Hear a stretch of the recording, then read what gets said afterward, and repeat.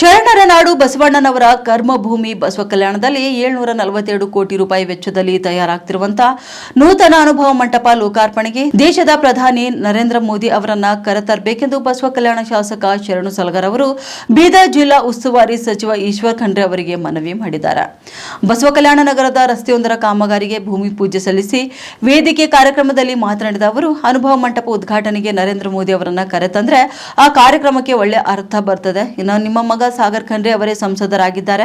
ಅವರ ಪ್ರಭಾವ ಬೆಳೆಸಿ ಮೋದಿ ಅವರನ್ನ ಅನುಭವ ಮಂಟಪ ಉದ್ಘಾಟನೆಗೆ ಕರೆತರಬೇಕೆಂದು ಮನವಿ ಮಾಡಿದ್ರು. ಇನ್ನು ಇದನ್ನು ಪರಿಗಣನೆಗೆ ತೆಗೆದುಕೊಳ್ಳುವುದು ಬಿಡುವುದು ನಿಮಗೆ ಬಿಟ್ಟಿದ್ದು, ಮನವಿ ಮಾಡುವುದು ನನ್ನ ಕರ್ತವ್ಯ. ಹಾಗಾಗಿ ನಾನು ಮನವಿ ಮಾಡಿಕೊಳ್ತಿದ್ದೇನೆ ಎಂದು ಅವರು ಹೇಳಿಕೊಂಡಿದ್ದಾರೆ. ಇನ್ನು ಇದಕ್ಕೆ ಪ್ರತಿಕ್ರಿಯಿಸಿದ ಸಚಿವ ಈಶ್ವರ್ ಖಂಡ್ರೆ ಅವರು, ರಾಷ್ಟ್ರದ ನಾಯಕರನ್ನ ಕರೆತರಬೇಕೆಂದ್ರೆ ರಾಜ್ಯ ಸರ್ಕಾರದ ಮುಖಾಂತರ ಪ್ರಸ್ತಾವನೆ ಸಲ್ಲಿಸಬೇಕಾಗುತ್ತೆ. ಈ ಹಿನ್ನೆಲೆಯಲ್ಲಿ ಸಿಎಂ ಸೇರಿ ರಾಜ್ಯದ ನಾಯಕರ ಜೊತೆ ಚರ್ಚೆ ಮಾಡಿ ತೀರ್ಮಾನ ಕೈಗೊಳ್ಳಲಾಗುವುದು ಎಂದು ತಿಳಿಸಿದ್ದಾರೆ. ಈ ಬಸವ ಕಲ್ಯಾಣ ಇದೊಂದು ಈ ದೇಶದ ಒಂದು ಬಹುದೊಡ್ಡ ಪ್ರವಾಸಿ ತಾಣ ಆಗ್ಬೇಕಂತ ಹೇಳಿ ತಾವು ಮಾಡ್ಲಿಕ್ಕೆ ಸರ್ ಇಲ್ಲಂತಿಲ್ಲ. ಅನುಭವ ಮಂಟಪಕ್ಕ ಕಾಲಕ್ಕೆ ತಕ್ಕಂತೆ ತಾವು ದುಡಿದು ಕುಡಿಸ್ಲತ್ತೀರಿ. ಮುಖ್ಯಮಂತ್ರಿಗಳ ಮೇಲೆ ಹೋಗಿ ನಾನು ನೋಡಿನಿ. ಇನ್ನೇನು ಬರೀ 1 ವರ್ಷದೊಳಗ ಅನುಭವ ಮಂಟಪ ಲೋಕಾರ್ಪಣೆ ಆಗ್ತಕ್ಕಂಥದ್ದು ಬಹಳ ದೂರ ಏನಿಲ್ಲ. ನಮ್ಮೊಂದು ವಿನಂತಿ ಇದೆ ಸರ್, ಪರಿಗಣನೆ ಮಾಡೋದು ಬಿಡೋದು ನಿಮಗೆ ಬಿಟ್ಟಿದ್ದು. ಮುಖ್ಯಮಂತ್ರಿಗಳಂತೂ ಬಂದೇ ಬರ್ತಾರ, ಬರಲೇಬೇಕು. ಯಾಕಂದ್ರೆ ವಿಶ್ವಗುರು ಬಸವಣ್ಣನವರಿಗೆ ಸಾಂಸ್ಕೃತಿಕ ನಾಯಕ ಅಂತ ಹೇಳಿ ತಾವು ಮಾಡ್ತಕ್ಕಂಥ ಕೆಲಸ ಮಾಡಿರಿ. ಅದಕ್ಕೆ ನಾವು ನಿಮಗೆ ತುಂಬ ಹೃದಯದ ಧನ್ಯವಾದಗಳನ್ನು ಹೇಳ್ತೇವೆ. ವಿಶ್ವಗುರು ಬಸವಣ್ಣನವರು ಬರೀ ಕರ್ನಾಟಕದ ಸಾಂಸ್ಕೃತಿಕ ನಾಯಕ ಅಷ್ಟೇ ಅಲ್ಲ, ಈ ಜಗತ್ತಿನ ಸಾಂಸ್ಕೃತಿಕ ನಾಯಕ ಅಂತ ಹೇಳಿ ಕರಿಬಹುದು. ಅಂತ ಕಾಲ ಬರಬಹುದು.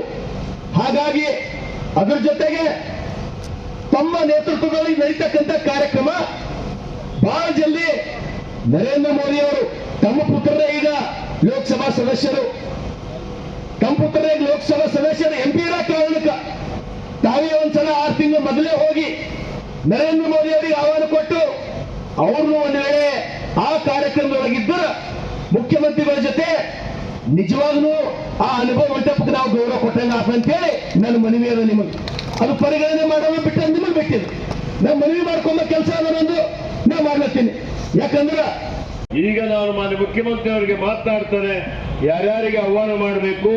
ಯಾಕೆಂದ್ರೆ ಅನುಭವ ಮಂಟಪಕ್ಕೆ ನಾನು ಪ್ರಪ್ರಥಮ ಬಾರಿಗೆ ಶಿವರಾತ್ರಿ ದಿವಸ ನಮ್ಮ ನೆಚ್ಚಿನ ನಾಯಕರು, ಇವತ್ತು ಲೋಕಸಭೆಯಲ್ಲಿ ಪ್ರತಿಪಕ್ಷ ನಾಯಕರಾಗಿರುವಂತ ಮಾನ್ಯ ರಾಹುಲ್ ಗಾಂಧಿ ಅವರಿಗೆ ಕರ್ಕೊಂಡು ಬಂದು ಹನುಮ ಮಂಟಪ ತೋರಿಸಿದ್ದಾರೆ. ಹನುಮ ಮಂಟಪಕ್ಕೆ ಭೇಟಿ ಕೊಟ್ಟು ರಾಹುಲ್ ಗಾಂಧಿ ಅವರು ಬಂದು ಹೋಗಿದ ಮೇಲೆ ಅಮಿತ್ ಶಾ ಅವರು ಬಂದರು. ಇವತ್ತು ಆ ಸಂದರ್ಭದಲ್ಲಿ ಅಂದ್ರೆ ಇಲ್ಲಿ ಪಕ್ಷಾತೀತವಾಗಿ ಎಲ್ಲರಿಗೂ ಬಸವಣ್ಣ ಬೇಕು. ಇವತ್ತು ಎಲ್ಲರಿಗೂ ಹನುಮ ಮಂಟಪ ಬೇಕು. ಇಡೀ ಜಗತ್ತಿನ ಪ್ರಥಮ ಸಂಸತ್ತು. ಹೀಗಾಗಿ ನಾವೆಲ್ಲರೂ ಸೇರಿ ಇವತ್ತು ಚರ್ಚೆ ಮಾಡಿ ಯಾರ್ಯಾರಿಗೆ ಆಹ್ವಾನ ಮಾಡಬೇಕು, ಯಾವ ರೀತಿಯಲ್ಲಿ ಮಾಡಬೇಕು ಅನ್ನುವಂಥದ್ದು ಬರೀ ನಾವು ಮಾಡಿದ್ರೆ ಅಷ್ಟೇ ಅಲ್ಲ, ರಾಜ್ಯ ಮಟ್ಟದಲ್ಲಿ ಒಬ್ಬ ರಾಷ್ಟ್ರ ಮಟ್ಟದ ನಾಯಕರಿಗೆ ನಾವು ಆಹ್ವಾನ ಮಾಡಬೇಕು ಅಂತ ಹೇಳಿದ್ರೆ ಅದು ರಾಜ್ಯ ಸರ್ಕಾರದಿಂದ ಪ್ರಸ್ತಾವನೆ ಹೋಗಬೇಕಾಗ್ತದೆ. ಅದಕ್ಕೆ ಮಾನ್ಯ ಮುಖ್ಯಮಂತ್ರಿಯವರ ಜೊತೆಯಲ್ಲಿ ಸಮಾಲೋಚನೆ ಮಾಡಿ ಇದನ್ನು ಮುಂದೆ ಇವತ್ತು ಅದ್ದೂರಿಯಾಗಿ ವಿಜೃಂಭಣೆಯಿಂದ ಬಹಳ ಅತ್ಯಂತ ಇವತ್ತು ಸಡಗರ ಸಂಭ್ರಮದಿಂದ ಐತಿಹಾಸಿಕವಾದಂತಹ ಒಂದು ಕಾರ್ಯಕ್ರಮ ಇವತ್ತು ಐತಿಹಾಸಿಕವಾಗುವಂತಹ ರೀತಿಯಲ್ಲಿ ಉದ್ಘಾಟನೆ